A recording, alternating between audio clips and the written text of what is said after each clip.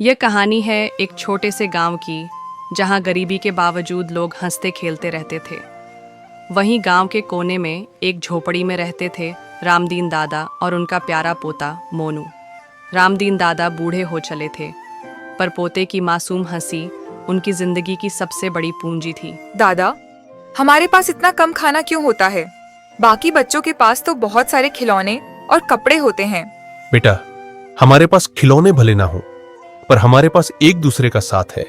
यही सबसे बड़ी दौलत है। गरीबी इंसान की किस्मत हो सकती है, पर मेहनत और सच्चाई हमारा गर्व है। गरीबी के कारण गांव का सरपंच अक्सर रामदीन दादा का मजाक उड़ाता था। अरे रामदीन, तू तो हमेशा गरीब ही रहेगा।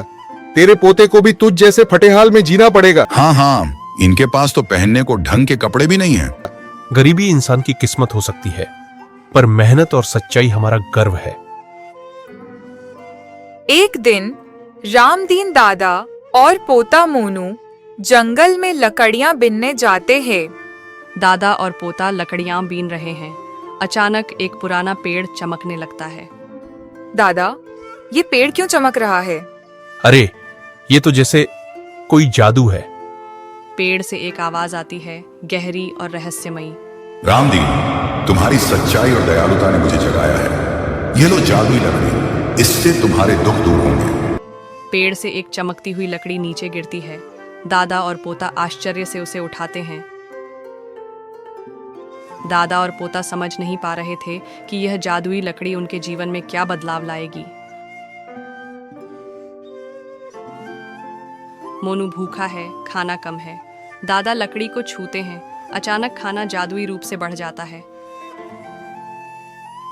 वाह दादा, अब हमारे पास खाना बहुत है।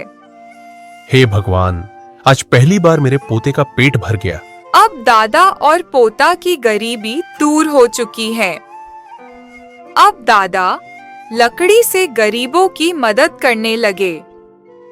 दादा और पोता गांव में गरीबों को उनकी जरूरत की चीजें बांटने लगे। किसी को अनाज तो किसी को कपड़े। ये कैसे संभव है? इन गरीबों के पास इतना सब कैसे आ गया? दादा, रामदीन और पोता मोनू की तरक्की सरपंच से देखी नहीं गई।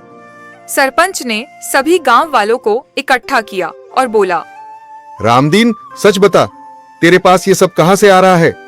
ये भगवान की देन है, लेकिन याद रखना, यह दौलत सिर्फ उनका है जो दूसरों का भला करते हैं। हाँ, मेरे दादा सबसे अच्छे हैं। उन्होंने कभी खुद के लिए कुछ नहीं मांगा। रामदीन दादा और उनका पोता मोनू अब गांव के सबसे प्रिय इंसान बन गए थे। जादुई लकड़ी ने उन्हें धन से नहीं, बल्कि इज्जत और प्यार से माला माल कर दिया। यही थी सच्ची जीत। जादू असली सोने चांदी में नहीं होता, बल्कि सच्चाई, मेहनत और दया में होता है। यही रामदीन दादा और उनके पोते की कहानी हमें सिखाती है।